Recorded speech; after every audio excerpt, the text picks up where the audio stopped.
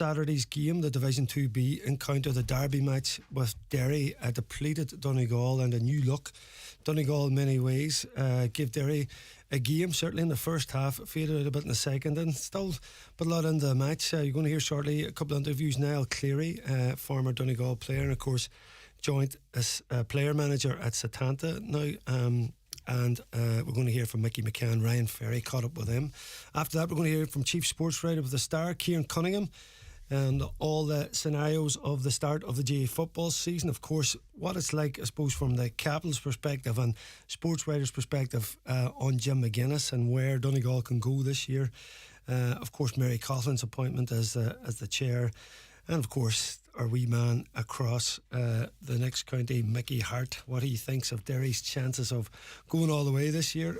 Being always interesting and great to chat to Kieran. Just a wee change from what we were supposed to be doing this evening. John McNulty, the ladies' boss, was to be on. John's going to come on another evening, and we're going to hear from Maria Kelly, known as Maria Devenney in GA circles. She is in with Masters, the Compromise Masters. The Australian team is coming over to play in a ladies series, and she is a selector and coach with that. She's going to give us an update on when that's all happening. But as I say, first up on the show, we look across to the hurling, and as I say, Donegal's defeat to Derry in Division 2B. And first of all, I caught up with, as I say, Niall Cleary. I'm here with Niall Cleary. Niall, Derry at home, it was billed as a massive derby game. Derry, of course, coming down from 2A. It was going to be a difficult proposition, particularly with players missing today. Level at half time, but Derry showing their class in the second half. Yeah, definitely, Brendan. When you look at the game from the start, how many players Donegal were down? Probably down 7 or 8 players, and real big players for Donegal, leaders. It was always going to be a challenge, but they'll be delighted with the first half. Played really well, took some great scores. The goal just before half time, or a few minutes before half time, was probably a bit of a killer. A little bit of inexperience in the full back line, just got caught under a high ball, and going in at half time level instead of going in 3 points up against Derry is a big difference. And then the second half has just been the opposite of the first half, kind of. It's just been Derry on top, in which they were always going to have their purple patch, but Donegal are hanging in there, which I suppose they'll be pleased about. Now, yeah, 10 wides in that first half. Derry creating the chances. We say Donegal holding in there and making the best of it. Just notable in the second half, the pressure that the Derry forward line putting on the Donegal defence. That huge work rate causing turnovers. I suppose that's what the modern game is about, and that set the tail for Derry's dominance in the second half. Yeah, definitely, Brendan. Derry probably come into the game expecting, when you're favourites, you come in expecting to win. Maybe the forwards beat slightly off it. I'm sure they got a bit of a telling off at half time. Come out in the second half, bit of a different proposition, because as you said, the ball, they were creating a lot of space in the first half, a lot of ball going in, especially into the full forward line, so that was always going to start paying off at some stage, which it has in the second half. But yeah, they started, and then probably Cormac Doherty, who's a fantastic hurler there midfield, very quiet in the first half, but he's really started kind of running the game here in the second half. Yeah, and now even with all that, with Derry's dominance, Luke White came out, they had that monster free with 10 minutes to go, brought it back to 4 points. You're starting to think maybe, but it just shows the fight that's still in Donegal. Yeah, definitely. I think they'll be happy with hanging in there, considering all the players they're down. Like, they did have a few chances there. There was a chance came up here around the 21. They had a chance maybe to pop it over the bar, an extra pass, and there you go up the field and put it over the bar. It's just they're the kind of differences at this level. You have to be taking your chances. If you don't, you'll be punished up the other end. Yeah, and now Tyrone up next. There's a 2-week break, of course, maybe a chance to get a few of the shorter term injury players back. Does the derby games, from your own experience, does it put a different edge to these encounters? You have Derry now and Tyrone, the game coming up. Does it change in terms of the mindset against playing teams from outside the area? Yeah, it definitely does, Brendan, because you know each other so well from club campaigns, but also just from playing each other. Like, we've always kind of been underdogs against Derry, so we've always been really looking forward to that game. It's always been a game you target every year to try and compete, see where you're at. Tyrone had it over us for the first few years, then we had it over them, and now it's back to they've been on top. So definitely there's big rivalries there, and the proximity definitely adds into that. But yeah, really, they're really enjoyable games to play in. Yeah, and of course now you're up here, of course, supporting your Setanta men and hoping Donegal work well. As a coach now as well, are you looking at this from a tactical perspective as well as a supporter? Yeah, definitely. You're looking at it there. You have the notebook in and you're trying to figure out little things like what are Donegal doing. Like, I see Derry are going short with their puck outs a lot there. How are they working it then? You know what I mean? Yeah, you definitely do start to look at things differently, not just coming to watch a game anymore. Maybe a future coach of Donegal? Geez, I don't know. It's far too early to say that, but because Mickey and Gabriel do doing such a good job there. You know, you couldn't be changing that. So no, maybe somewhere down the line, Brendan. Appreciate it, Niall. Thanks. Sound. Yeah, fair play to him. Niall Cleary there, always great to catch up. As I say, after the game, Ryan Ferry of the Donegal News was doing updates for us, and he caught up with Donegal boss Mickey McCann. I'm joined here by Donegal hurling manager Mickey McCann. Mickey, your team have been beaten by 7 points in O'Donnell Park by Derry. How did you see it out there? Look, Ryan, we're very happy at half time. Maybe not in the scoreboard because we put on a big shift and we went 5 points up. And look, we made a few unforced errors and stuff and let Derry back in and let their corner forward maybe catch it in the edge of square and get a soft enough goal, considering that you should be demanding the ball in that area. So we weren't happy with the goal, but overall I thought Donegal was every bit as good as Derry in the first half, and if we could keep it going. But suppose we worked that hard, Ryan, in the second half we just couldn't keep that tempo up, you know, and Derry had more strength and depth. So overall we're not too bothered. It was a decent performance against a very good Derry team. Yeah, 12 points to 1-9 at half time. Derry had 10 wides, and obviously a bit of poor shooting from them, but a bit of good defending from your lads, putting pressure on. But you were 5 points up at one stage, and you were playing very well. The Josh McGee-Cronley showing well at corner forward. Liam McKinney was going well. Were you disappointed that you weren't fuller ahead then at the break? Yes, I suppose even your 4 or 5 up at half time, if you held on that read, Ryan, it would give you a chance when they get a purple patch that maybe if they got a run on you 4 or 5 that you'd still be well in the game level or whatever. But we just couldn't get that 3-pointer on the day. Derry defence very solid, and they guarded the net. You know, they got numbers on around there, so we never get inside a whole lot.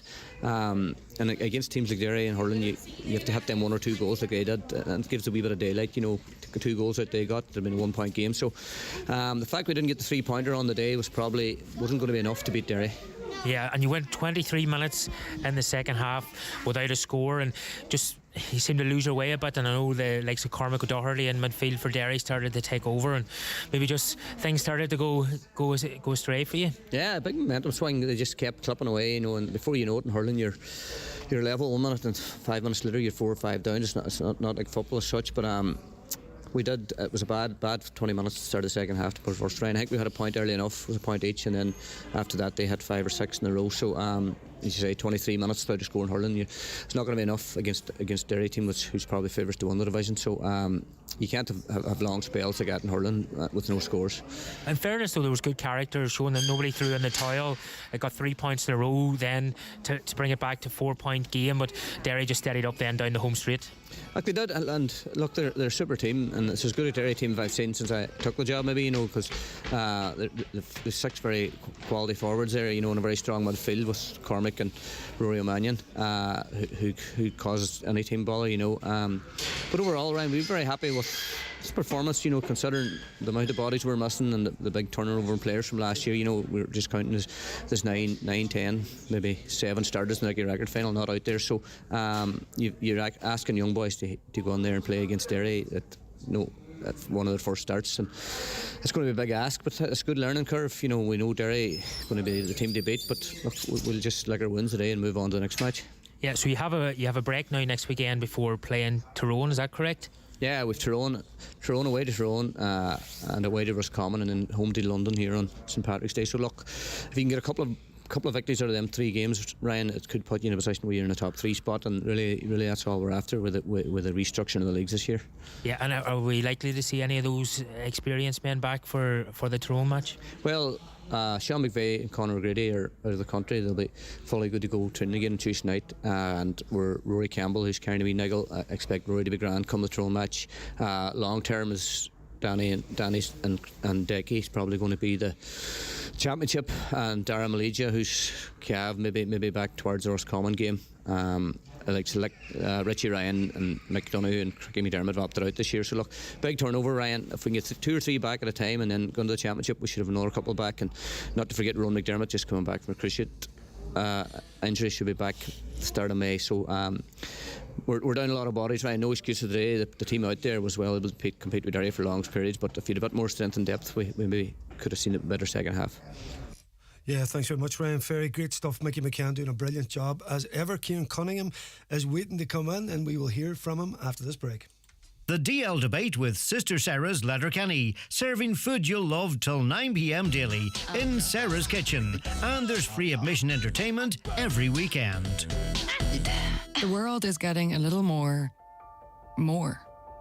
But maybe more could mean something else. More means more proactive green energy solutions. More means more wind turbines and more recycling.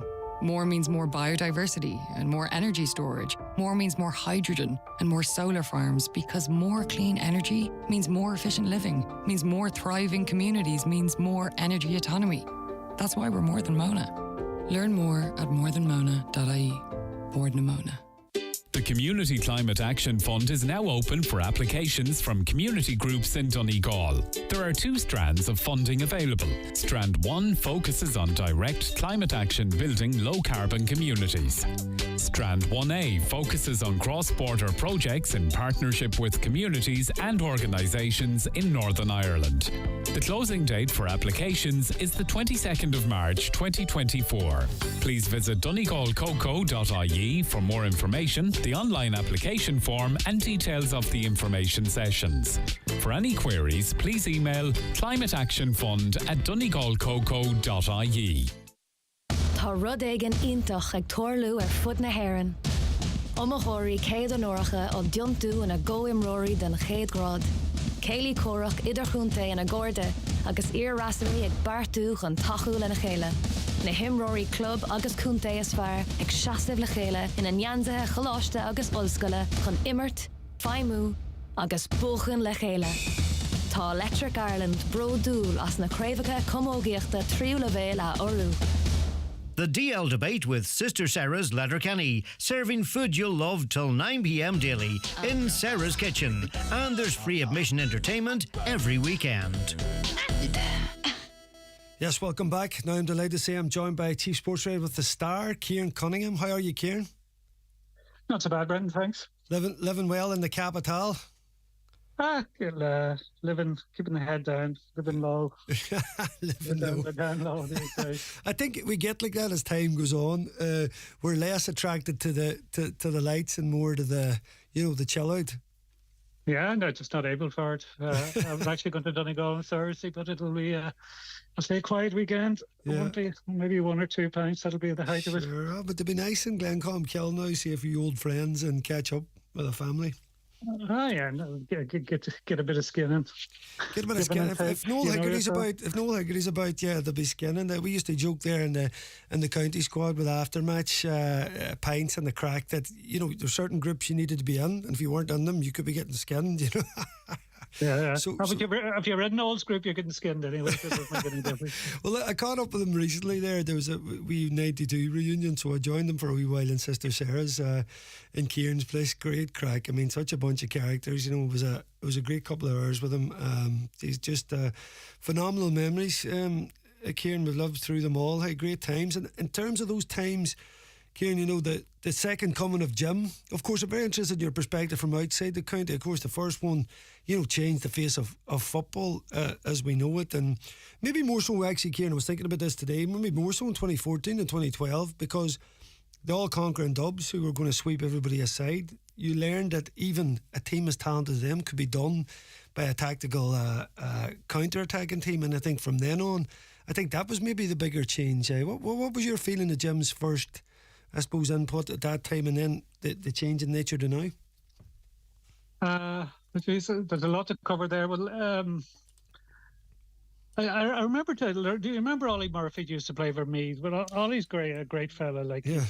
You don't see him much around. He's not somebody who crops up in the media, or once he hung up his boots, he walked up at the sunset. He was still playing around. He was still playing in goals for his club. I think around the age of 50. He's a great character. But I met Ollie one time, and I was talking to him, and I was asking about Meath, and I said, like, you said the foot in Dublin's throat for years. Like, how did you let them get back on top? And he says, Kieran, we lost a bit of madness. He says, you need the bit of madness. He says, a lot of the Ulster teams had that, and the thing is, Donegal had that bit of madness in a wrong way for a long time that probably held us back. But I think Jim brought the right kind of madness. Like in 2011, it was more methodical and more, organising and being hard to score against and just get that Ulster title, which was a huge deal for Donegal because it'd been 19 years. And then when you got more ambition and worked in the transition game and the attacking game, And I never thought, I always hated Donegal being described as defences after that, because they weren't defensive, they were counter-attacking. And you saw that in the tallies they put up. They put a lot of very big tallies in 2012, 2014, you know, because of injuries. 2013 was a write-off. But there was also the bit of madness. Like, I always think... if you watch Jim Gavin's Dublin, he's hugely successful, but it's like if you take the soccer comparisons, because I get into that because Jim has spent so much time learning from soccer, but they were like Guardiola's Manchester City. Yeah. Like they were just very calm and composed and just won it out. And like people were saying they were quite kind of boring. But I think Donegal are more like Klopp's Liverpool. That even if Liverpool are 2-0 up with 10 minutes to go, there's always a bit of jeopardy. Like there's always, there's still 5 or 6 people up pressing and a high line at the halfway line. And anything can happen. And I think it's brilliant to watch. And I think, like, we're only basing it on the evidence of McKenna Cup and a challenge match and, 2 Division 2 games. But I think there's the germ or something there happening with Jim. And like this year it mightn't happen. Kieran? We lose you there, Kieran? We'll try and just get Kieran back on there. Maybe his connections. Maybe he hasn't paid his bill on the... Joe Dex has left to be. Maybe he hasn't paid the old bill there for the internet provider. We'll just see if we can get Kieran back on there. Sorry, we just lost him mid-sentence. We might take a wee break here. Sorry, folks, we'll try and get Kieran back on there. Thanks. The DL Debate with Sister Sara's Letterkenny, serving food you'll love till 9 p.m. daily in Sara's kitchen. And there's free admission entertainment every weekend. Do you currently have vacancies that need urgently filled? Have you tried various ways to find new staff but didn't succeed? Let Highland Radio help you source and fill your current vacancies in the most cost-effective way. Simply sign up to our new job spot and we will tell our listeners about your vacancies both on air and online. Every Monday, Wednesday and Friday during our primetime shows, we will broadcast the latest job opportunities across the Northwest and into counties Derry and Tyrone. All job listings will be available online at highlandradio.com. For more information, contact the advertising team on 07491 25322 or email advertising@highlandradio.com. Highland Radio, we're here for you. In this week's RTE Guide, Home of the Year's Hugh Wallace on life challenges, personal growth and positivity. Donald Gleeson and Andrea Riseborough on their new series Alison Jack, debuting this week on RTE. Plus our Home and Interiors feature for perfect paint decor and eco-chic homewares. Everything and more. RTE Guide on sale now. Inland Fisheries Ireland is looking for seasonal fisheries officers to join our teams around the country. Our officers play an important role in the protection and management of Ireland's rivers, lakes and coastlines. As a seasonal fisheries officer, you'll implement and enforce legislation to help conserve these natural resources.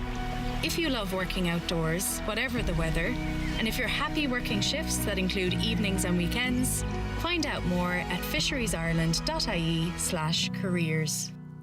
The DL Debate with Sister Sara's Letterkenny, serving food you'll love till 9 p.m. daily in Sara's kitchen. And there's free admission entertainment every weekend. Yes, welcome back, folks. Kieran, are you back on the line?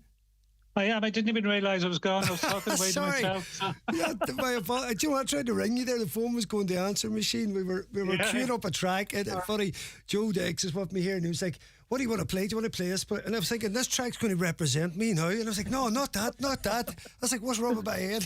And then you just landed back in, Kieran. Good timing, my man. Good to get you back, sir. All right. Where was I? No, sure. Ask me another question. Where were we? I don't know where we were. We were around. We had a talk about Ollie Murphy and the badness. I suppose you were on about Jim and the evolution of the team and how Donegal were actually a counter-attacking team, and you didn't like them being called defensive and what Jim had brought. I suppose. And you were saying then we're obviously very early into this tenure, but you're seeing the seeds of something good happening. You are, and I don't know if you heard it when I was saying that, but I think Jim was, Jim was obsessed with Mickey Hart and Tyrone when he came in the first time about breaking them, because I think he thought if you're going to have any ambition of doing something with a team, an Ulster team, you have to break the dominant team and the dominant manager. And I think he sees Derry as a dominant team now. There's clearly the evidence is there that they have been the last couple of years. So I think he will be gearing everything towards Celtic Park. You know, there's an argument that Ulster isn't anywhere near as important as it was because of the change in the All-Ireland series. And, you know, you look over the years since, like you mentioned, 92 and meeting some of those boys, like since Donegal were in that, Donegal have only been in, what, 1, 2, 3, 4 All-Ireland semi-finals since 92, you know, so... since the change of the system, even when Donegal were winning quite a lot of Ulster titles, they weren't backing them up with getting to the last 4. And ideally for me, if I was to say what ideally I'd like from this year from Donegal is getting promotion and get the All-Ireland semi-final. If they win Ulster, it's a bonus. But, to expect them to win the All-Ireland or be All-Ireland contenders in the first year back, with, Jim is out of it a while, getting to know new players, them getting to know him. And he'll have new ideas that he wants to impose. It's hard to do that in such a short space of time that you have now. I wouldn't rule him out ending up in a final if they get to a semi-final or winning Ulster. But at the moment, getting promotion in the last 4 would be a great year, I think. Yeah. Funny, I asked Jim about promotion. His line was, I says, is a priority. He says, if we get promoted, it is. If we don't, it wasn't, I mean, he actually... I talked to him a couple of times here, came very, very happy, very content. You could see, back in the game, that he grew up with and loves, and you could feel that off him, and such a pride and such a drive for the team. And I heard the interview you did with him, Brendan. It was a very good interview, and I've heard him after games a couple of times as well since he came back. And he's been remarkably open compared to most county managers. He's explaining. He'll explain after a game what he was trying to do and what didn't work and what did work. And he's talking about plans, that they'd like to, about how the game has changed and things that other ways he thinks it might change and things he thinks he might bring into it. And it's really refreshing to hear that. And, and I think people are kind of brushing past. To me, some people would throw it at Jim, that he tried soccer and he failed. But to me, I you look at the percentage of people that try to make it as soccer managers, there's stats there in England, over 55% of them never get a second job after having a first job. It's so hard to get into. But what Jim will have learned is he's had 10 years of coaching in soccer and doing all the badges and coaching in different environments and in different countries, and you pick up a huge amount of knowledge.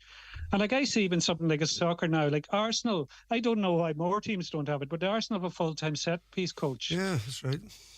The improvement in their free kicks and corner kicks is unbelievable. They score so many goals from it. And set plays was one of the things that Jim concentrated on as a coach. And I think there's room for imagination with that in Gaelic football. If you have, there will always be a time in games where 5 minutes to go you need a goal. You're going to get at that scenario at some stage, and you will get a free around the middle of the field at that stage. You can work some kind of movement then that you create a goal chance, that you just pull the defence out. But you see, it's amazing now, because Gaelic football used to be sometimes compared to rugby or even rugby league. But tactically, it's so similar to soccer now, in the emphasis on the attack and press, on sweeper keepers, on the goalkeeper being used as a playmaker, on having 2 low blocks in defence when you don't have the ball, trying to work turnovers as quickly as possible when you lose the ball. There's just a lot you can gain from it, and it's really exciting when you see that attack and press when you're throwing so many bodies up, and there is a risk reward thing to it. And you will see that thrown at Klopp's Liverpool. People will say that high line, one ball and the guy is in 1-on-1.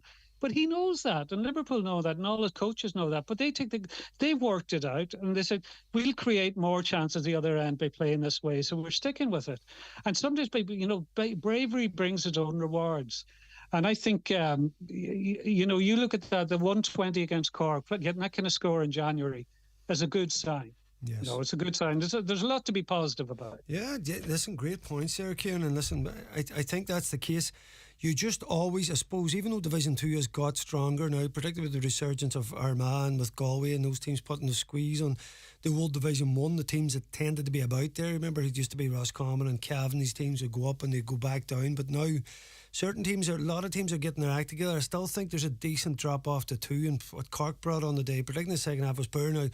We played well, Kieran, you're right, and Jim himself says he's not finished with soccer yet. He plans to go back to it. And just we mentioned Hart there and targeting Hart, Kieran, in terms of the season, is it best then that we have Derry round 1? Let's say we lose to Derry, you're coming fresh at the group stages. In many ways, that is probably the best draw we could have got. Derry first day, if you beat them, you're on a roll. You're in a great position to win Ulster, and if you don't, then you're fresh going into the group. Yeah.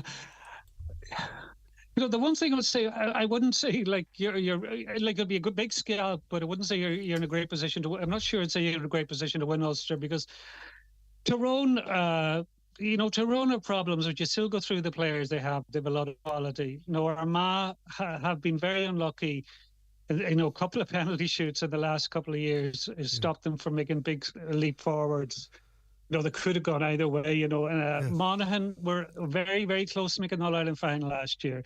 Cavan put it up to Donegal for a lot of the time last year. Down are definitely improving under Conor Laverty. So I wouldn't take anything for granted. I think Donegal would, if they did beat Derry, they'd be hard to beat. But the Hart one is interesting, because I remember talking to Sean Cavan about this, and I meant to check it just before coming there, but Derry won the McKenna Cup under Mickey there, right? I'm not sure how many he's won now. I think it might be 13 or 14 more. He's won an incredible amount of McKenna Cups. And it's Sean Cavan was saying to me, he just wants to win every game. Like everybody, like you saw a couple, like Armagh were playing a B team in the McKenna Cup, and they were sending their first 15 out to play challenge games against Dublin. Strong Dublin teams, so they put more store in challenge games than the McKenna Cup. But Hart always wants to win it, and then he throw everything at the league as well, and then throw everything at Ulster. But I think that could backfire on him. I think it's completely wrong that I know they've had a break now.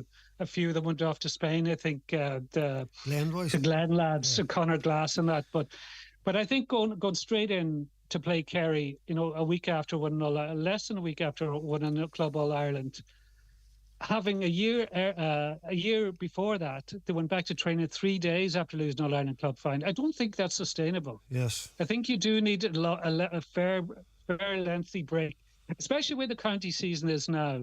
Like those guys will come back. They might have had their wee break now, and they'll be back in this week. But after that, it's bang, bang, bang. Very short break, the championship. You're into the championship. Short break after the provincial champions at the All-Ireland series. And you ask yourself, if you are like Derry and have ambitions to win the All-Ireland, is it possible to push yourself that far? I just have a feeling there could be a little bit of burnout coming with Derry. Yeah, listen, kid, I totally agree. I thought that was crazy. And even I was at the McKenna Cup game where Derry kind of showed where their level was at in the second half. And I know it was a McKenna Cup, but the way they kind of bossed the game, I know we were missing a few players, but so were they. But like that, Hart said, listen, I'm leaving the door open. I could not believe, away to Kerry too, of all things. And you just mentioned there, you highlighted the likes of Meath, you were on about that time, Ollie Murphy and a bit of madness and that, and Donegal at that time. And surely then, Kieran, that in GA you still need that fire, a bit of madness, and there's only so much of that is in your head. So if you keep going into big game picks, so obviously Derry are targeting the league, I think they could very easily win the league. So those lads have to go up for that. Then you're in the Ulster and then in the group stages of the championship. So when you want them at their best, which is if they get back to where they were last year, is a semi-final, to take them into the final, are they, as you said, I can't see how there wouldn't be some drain on them, whether it be physically or emotionally, in terms of getting to that, that high level you want to be at the peak time. Yeah, no, we'll see down the road, but I think they're a very good team, and they're a team that might well win Ulster again, might well be an All-Ireland semi-final or even get to a final again. But I think that they are missing that bit of quality, particularly in attack, I think, to win All-Ireland. I just think that maybe even one quality forward more they need. Like if Shane McGuigan and Conor Glass had a quiet enough day or well held, I'm not sure you'd be that confident that there's 2 or 3 others to pick up the slack. Yeah. And I think, I have seen comparisons made with Jim McGinn, Jim McGuinness's first Donegal team.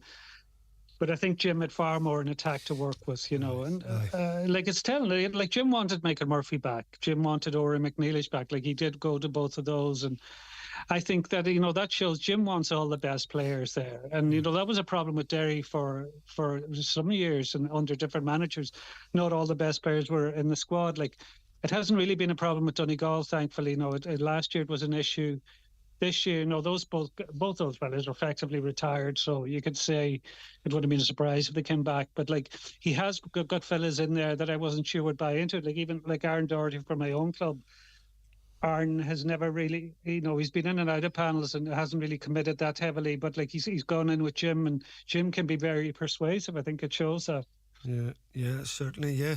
Listen, I totally agree about Derry, and listen, McGuigan is unbelievable, but you're right, Kieran, should he pick up an injury or something, he is so integral to what they do. You know, that young Murphy boys come on well there. You said it, sometimes it'll take them a few years to be that type of player. Lachlan Murray, there's a lot of boys, Shea, son of the Derry 93, what do you call the captain, it's his nephew.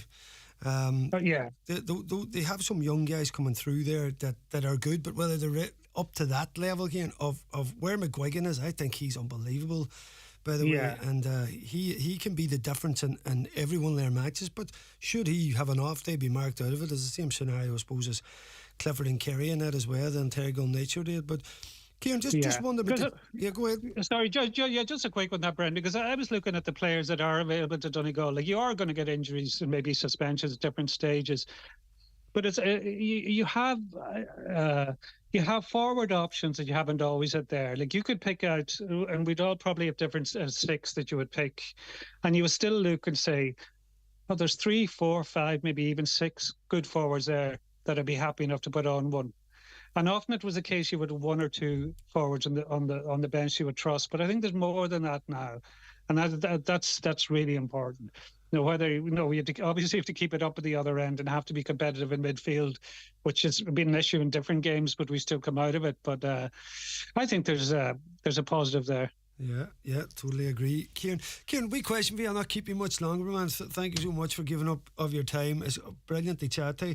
The change in name, we had obviously a very traumatic last year in Donegal GA, and there was a lot of people looking for a new direction, particularly from our county board, our former Tánaiste, Mary Coughlin. I know your man knows his way around the political landscape, but what did you think of her coming in as the new chair in terms of what she can bring to Donegal? To me, it looks like a positive, because she's hugely experienced. She's a huge amount of contacts. No, she's been in all sorts of tricky scenarios. Like, you look at when Mary was Tánaiste, like, it was a very grim time in politics, with the bank crashes and everything else. Like, so she's used to dealing with all sorts of stuff being thrown at you. And she's a very straight shooter, I find, with Mary. Like, she'll be very blunt, and she might put some people's noses out of joint, but something there's no harm with that. And I think she will be an asset as well in terms of fundraising. And whether we like it or not, money has become so important in inter-county game. Like, it's become a crazy arms race in many ways. But if you want to be competitive, or if you want to win silverware, be the business end of the championship, it's going to cost a lot of money. And both Jim and Mary coming in will help Donegal in that regard. Yeah, and I suppose Sinead Breen's in there as well, and we've got some new faces, some new ideas, and she's very positive. You see her around the games and that. She's such a love of the game and the whole setup of it. And I was at Pettigrews, did her dance a few weeks back, and Mary was there. And you're right, Kieran, she's so adept at handling situations. I think from the back of last year, it can be only positive. Kieran, the money thing, just last question on that. You mentioned the Premier League. The side that spent the most money there, I think the majority of the Premier League teams won the championship.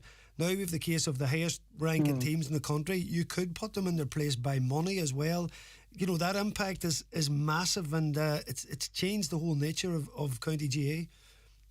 Yeah, and you don't see the full picture either. Like, like, if you look at hurling and JP McManus and Limerick, like, JP McManus gives €1 million to every county board in the country. And one of the things I was thinking about when that happened is, God, I wonder how much he's given to Limerick over the last 10, 20 years.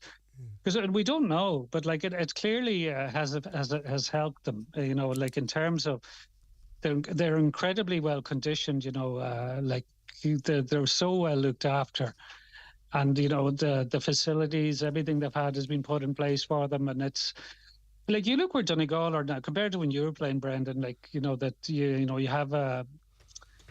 You have the centre of excellence. Like, it's not like everybody's wearing training gear. Like, it's not like you used to go to training. You have 20 different jerseys of training. Like, it was. Yeah.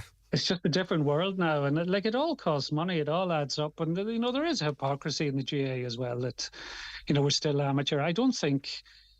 It's a very, very loosely amateur organisation now, because so many people are paid.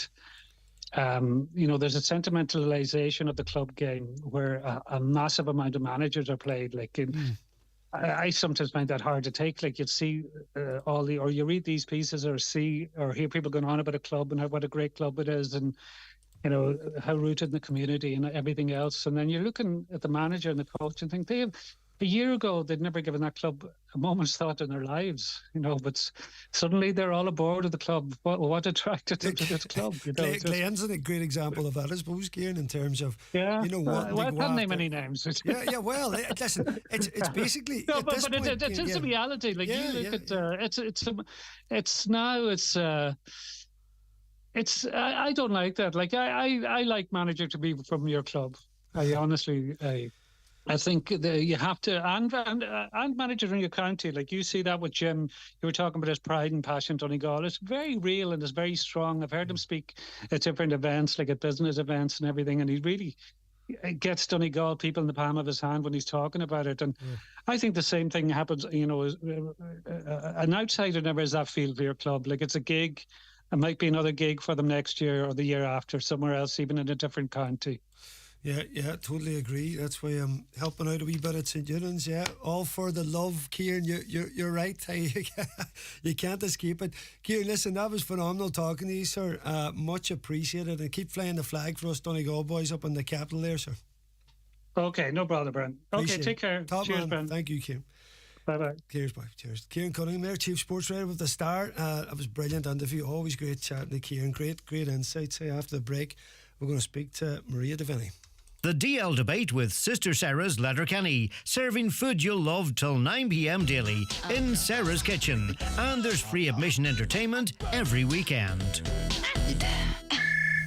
Hello, Jedward speaking. Sorry, Edward speaking. Hey bro, I'm glad you picked up. Who is this? It's me, John. I'm literally outside in the landing. I don't know any Sean. Lose my number. Hello? Edward, don't hang up. I'm sorry for saying a handyman could fix the gas boiler. Please forgive.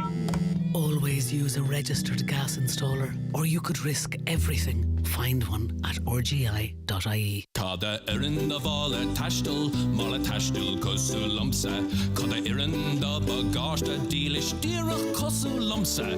Ta iseg airfort shunnen. Cada irin dumsa marshin fiamaka creenig shandon airport bungai. Parkal in Akvina Slondal gan stro, Rockton Eska, agus iniscriba driekta, Paris nua Auruk agus Lanzarote, de airport gan stro, tid fein agus da the Vala, Curtus la Sira Inta Kik Shannon Airport Bunkai. The DL Debate with Sister Sara's Letterkenny, serving food you'll love till 9 p.m. daily in Sara's kitchen. And there's free admission entertainment every weekend. Yes, welcome back. Now we talk to a woman. She's got two names actually. She's Devenney and she's Kelly. She's Devenney in her GA world, so that's what we're going to call her now. How are you, Maria? I am brilliant, Brendan. Thank you very much. Sorry, Alan, about that. Now, obviously, she's hitched up to a good Mayo man, Alan Kelly. Maria, the news broke in the family there that you were asked to join in with a new compromise rules Masters ladies squad. Yes. And Maria, could you give us a bit of background into how all this came apart and when it's coming up? Yeah, Brendan, thank you. I suppose it happened fairly quick. It was like an early Christmas present, to tell you the truth. It happened in December, and the International Rules Masters men over 40s and over 50s is happening on March the 9th and the 16th. And the Aussies are bringing two big, strong teams coming over for that. But they also announced that they were bringing, for the first time ever, an over 40s Masters women's team. And, John Pat Sheridan's over the Masters group here in Ireland. it's a big task. We don't have a Masters women's team in any of the counties, but fair play to him. He says, yeah, let's do this in this short notice. Let's pull a management team together. And so there is one person from each province, and I'm representing Ulster, and we've Michael Moyes from Mayo, who you would know Bretton played for Mayo and managed the Mayo ladies, played the international rules as well. TG Collins then from Munster, who's down with the UL ladies GA and the Sigerson, and Samantha Lampard, and used to be past captain of Tipperary, and then Eamon O'Brien as well, who would manage a lot of teams, the women's teams in Laois. So great management team, and in fairness, I suppose it was a less head pain for me, is that the 23 girls were already selected by each of the Masters teams throughout the different counties. So we didn't, because you don't have time for trials, so we were given the list of players, and some of them played counties, some of them haven't, and we started our training plan, and we're tracking towards now the 9th and 16th of March. And Maria, just that list, who was able to come play that? So they basically give you the cream of the crop of players of that age, but that would take a bit of work getting that all together and just figuring out, because obviously you want certain players to do certain roles in that, so it's a huge thing to kind of pull together a squad like that and get them ready for a game, because I suppose you're thinking, what are the Aussies doing on the other side of the world? Have they secretly been training this last good few months and got this really good team there? I suppose that's a small bit of a fear in the background. Yeah, well, you said it, Brett, and I'm like going, right, okay, what is this Aussie teams? Because a lot of girls would have played professional NFL, and then, I was trying to sneak photographs of them training, going, geez, they look very tall, they look very lean. What are we up against here? But yeah, it says before, playing years of county, I know so many players throughout the country, and probably would have loved a chance to play, but it was because of the timelines were very tight, that really each of the Masters that exist in the 23 counties, they nominated. I'm not too sure how that came about, whether you had to still be playing or what the protocol was, but we literally were given the 23 names, and as you said, you're looking to a goalkeeper, where does people play, but I think the whole point of this was it was going to be enjoyable. It's never been done before, Masters, and Brett, I cannot tell you the buzz from the girls, because this opportunity to play for your country, like we've never had that before, and from a Masters perspective, and these girls are just buzzing. We've had 2 sessions now so far, and the hype and the excitement, and they are getting stuck in. And if anything, it has opened up the door to God. Maybe we could be doing something like this because the Aussies have this set up the last couple of years. They have this Masters over 40s where they play and come together, and maybe we done it from a interprovincial perspective, because now we're in our 40s, and you keep getting younger, Brett, and you're nearly younger than me now at this age, but the body can be sore. So senior county football or club football, and the demands, and you're marking a lot of people younger than you, the appetite may not be there, but something like this where you train for a couple of weeks and you play over a weekend could give the over 40s or the women who played football something to a goal that they could achieve to, because as I said, the appetite is definitely there, and these women are flying and they're fit. Diane Toner's representing, or Diane McGlynn, married the great Frank McGlynn. She's representing Donegal and absolutely flying. They're doing the running, and they're just getting all geared up now for these 2 test matches. Yeah, and just on that fitness, Maria, then, is there? I remember way back in the day, they're playing the Aussies, and we had to do fitness tests because the game was so physical and that, and say, at that stage, I remember the first year, 98, it was still knockout championship, so you could have a good few months before there was a trial. So I think the guys were worried maybe you wouldn't be fit enough for this. The way in a trial you can do so much, but maybe not be at the fitness. But we had those, the bleep tests. We had to do them. God, I hated them. So you had to get all nightmares over it. I think you had to get the over 11 or something to even be in contention. I remember doing it up in Dublin. I don't know, have you put the girls through that?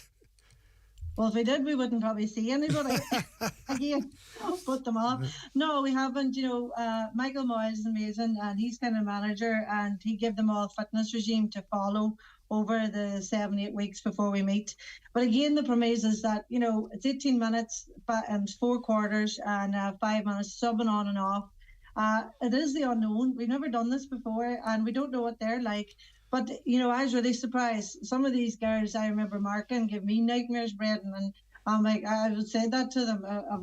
I've fallen them around the pitch when I was playing for Donegal.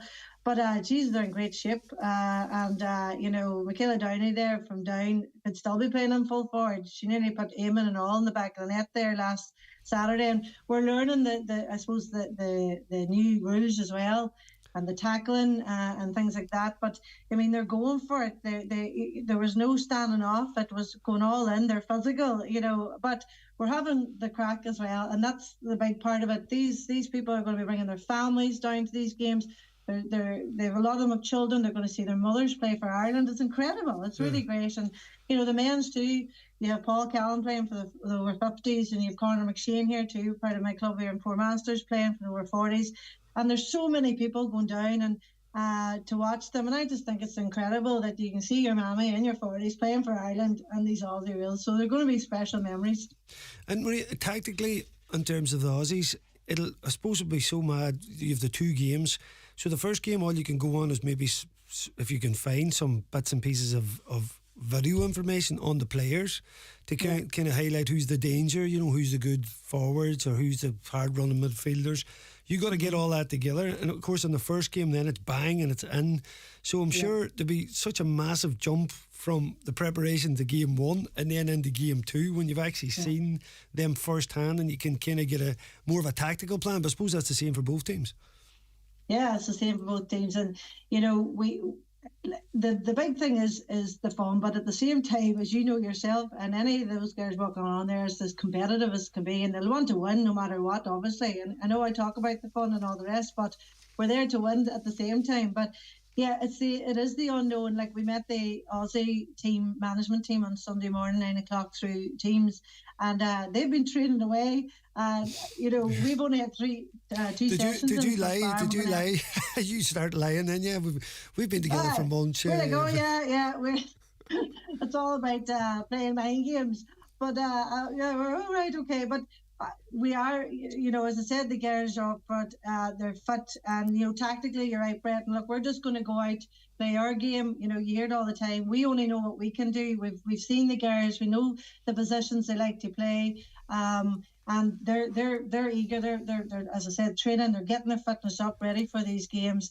And we have the sub on, sub off, and as you said, like I have been looking at photographs. I have been looking at some of the cups that the Aussies have put up, and I suppose because it's a round ball, we'd be more used to that. So the funny, so the marks and things like that would hopefully move the ball up a bit quicker. But you really don't know to that first game in, and then you've only the couple of days before the next game. So getting the bodies rested and ready to go for the 16th.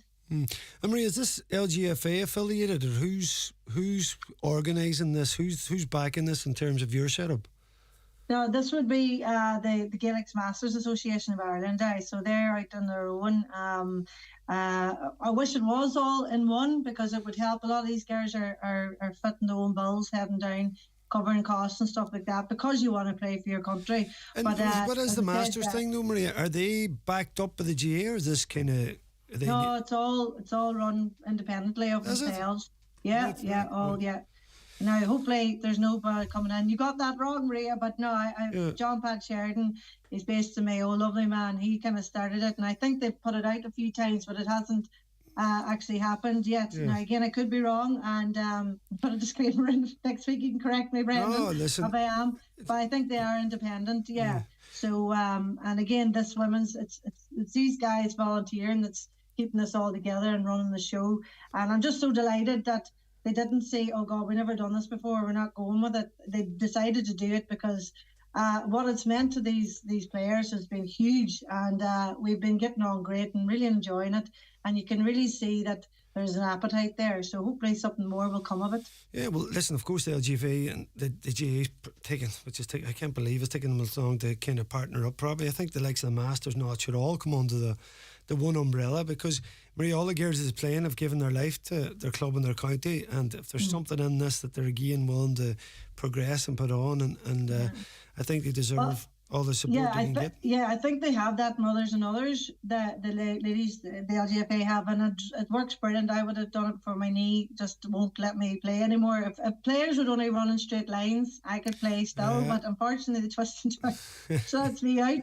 But but that's non-competitive, and there's, as I said, when you go out to that pitch, it's a natural, and us, because as you said, you played for 20 years, club county, you can't drop that competitiveness. Now, the Mother and Others, fantastic, played a great crack, and it's trying to embrace and be inclusive of everybody. But, there's definitely no more, like there's an appetite for the men, who now even over 50s, which is amazing, international team as well.